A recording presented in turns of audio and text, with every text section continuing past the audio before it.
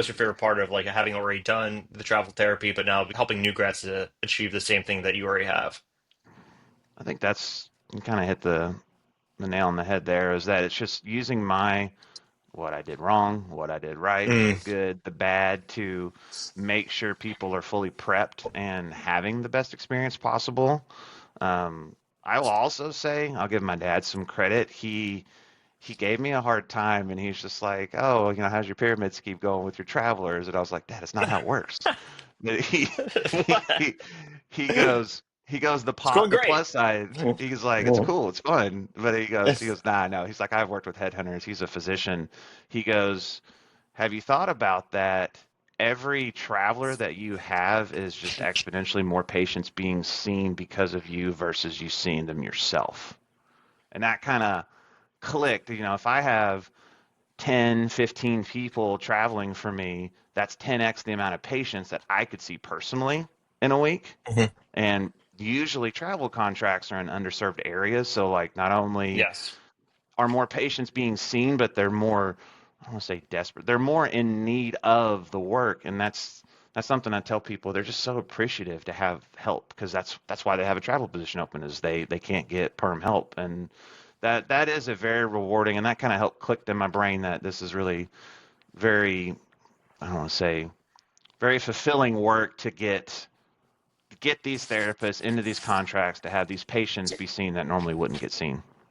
Well, yeah, it's like, we talk about all the benefits for the clinician, for the PT, PTA, or any therapist. They get to see the country, the pay is obviously a great part of it, but the major thing is why we all do this is you get to help patients through, one degree of separation because you're putting people in areas of need, and there's tons of areas of need.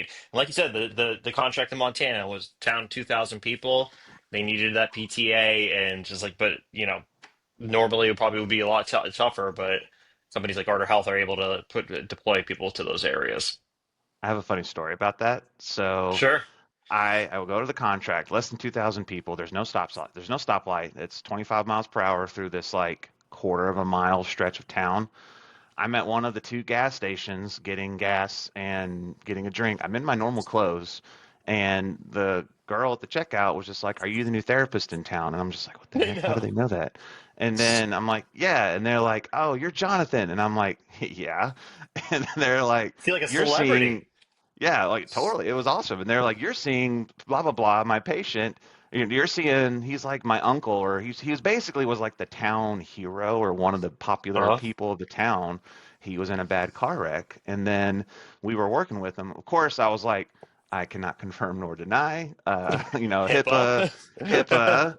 But then she just like gave me. She's like, I know you're seeing him. He told me about you. And then it was just kind of one of those surreal moments where, I'm just a couple weeks in, and people are calling me by name because I'm helping.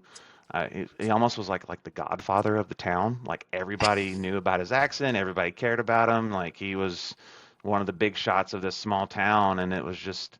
And I literally got to work with him from this horrible accident. He was in the hospital for like 3 months, and we got him Wow. from, he wasn't able to move anything, and I was moving things for him. To like right when I finished, he got discharged to home and was walking and fully taking care of himself again. But he was in the long haul. But it was just cool to be recognized like that. I kind of felt like a big shot. I was like, heck yeah, Especially that's like being able to see him from start to finish with that. Like the fact that your contract ended and he's getting out of the hospital, it puts like a nice little period on the end of that contract. oh yeah, he may or may not have bought me some dinner when he was out, and I I was at the one restaurant in town, and he was just there. Next thing I know, my bill's paid for, and I was like, okay, I'll take that. Thanks, I appreciate you. So Were you it tempted was to neat. kind of just like go rogue and just be like, I'm gonna live in this 2,000 person town and become the mayor? 100%. My wife Ted, no, she Put she a nice stop to that real quick.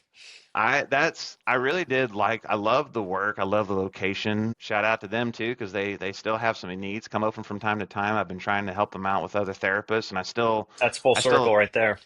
I still text the front office, our front office worker, from time to time, and but it's a really great job. It's a good location, and it was Mhm. good, really good experience just to kind of finish my traveling career before I became a recruiter.